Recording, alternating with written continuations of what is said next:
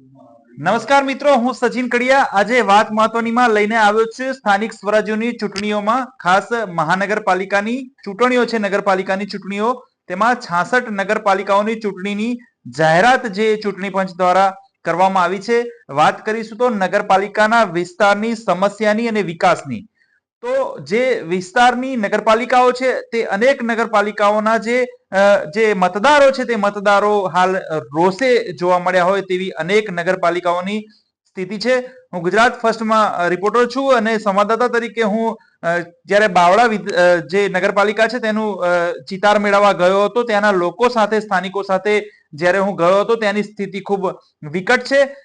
જે 7 વોર્ડમાં ફેલાયેલી આ જે બાવળા નગરપાલિકા છે તેમાં ખાસ મહદઅંશે ઘણા બધા વોર્ડમાં અનેક સમસ્યાઓ જોવા મળી. ખાસ વોર્ડ નંબર 3 ની વાત કરીએ તો ત્યાંના સ્થાનિકો જ્યાં રહે છે ત્યાં ખાસ એ વિસ્તારમાં ગટરના પાણી સાથે રહેતા હોય તેવા દ્રશ્યો મેં પોતે નજરે જોયા હતા અને ત્યાંના સ્થાનિકોમાં રોષ જોવા મળ્યો હતો કે 16 ફેબ્રુઆરીએ જ્યારે મતદાન છે ત્યારે અહીંના સ્થાનિક જે સમસ્યા છે તે સમસ્યાનું નિરાકરણ આવે તો જ મતદાન કરીશું તેવો જે સ્થાનિકોમાં રોષ જોવા મળી રહ્યો હતો. તો તે જ વિસ્તારની પાછળ આવેલી વોર્ડ નંબર 7 ની બાવળા જે નગરપાલિકા છે તે નગરપાલિકાના લોકોમાં પણ રોષ જોવા મળ્યો હતો, કારણ કે ચોમાસા દરમિયાન તે વિસ્તારમાં પાણી ભરવાની સમસ્યાને લઈને ત્યાંના લોકો ત્રાહિમામ પોકારી ઉઠ્યા છે, કારણ કે ચોમાસામાં 3 થી 4 ઇંચ વરસાદ પડે તો તે વિસ્તારના લોકોને સતત પાણીમાં અડધું ચોમાસું પસાર કરવું પડે તેવી સ્થિતિ હોય છે. અધૂરામાં પૂરું ત્યાંના જે સ્થાનિકો છે તેમનો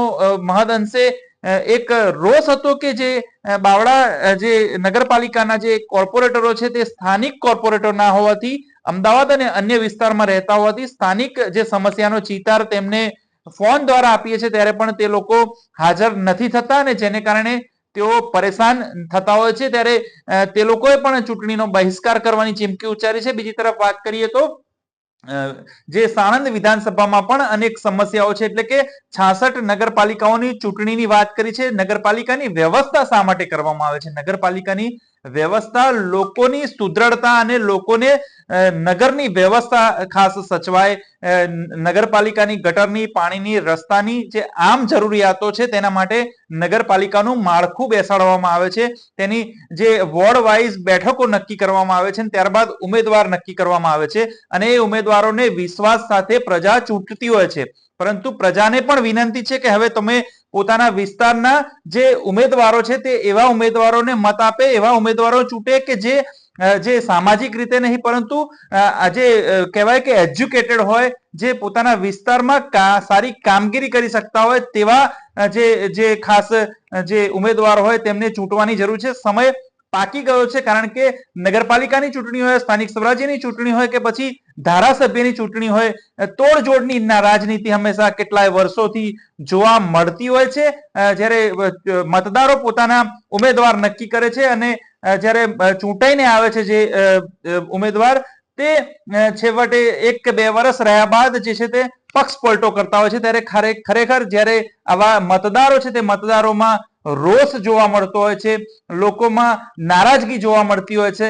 આ જે સરકાર છે, આ જે વ્યવસ્થા છે તે ક્યાં અટકશે? લોકોની સમસ્યાનું નિરાકરણ ક્યારે આવશે?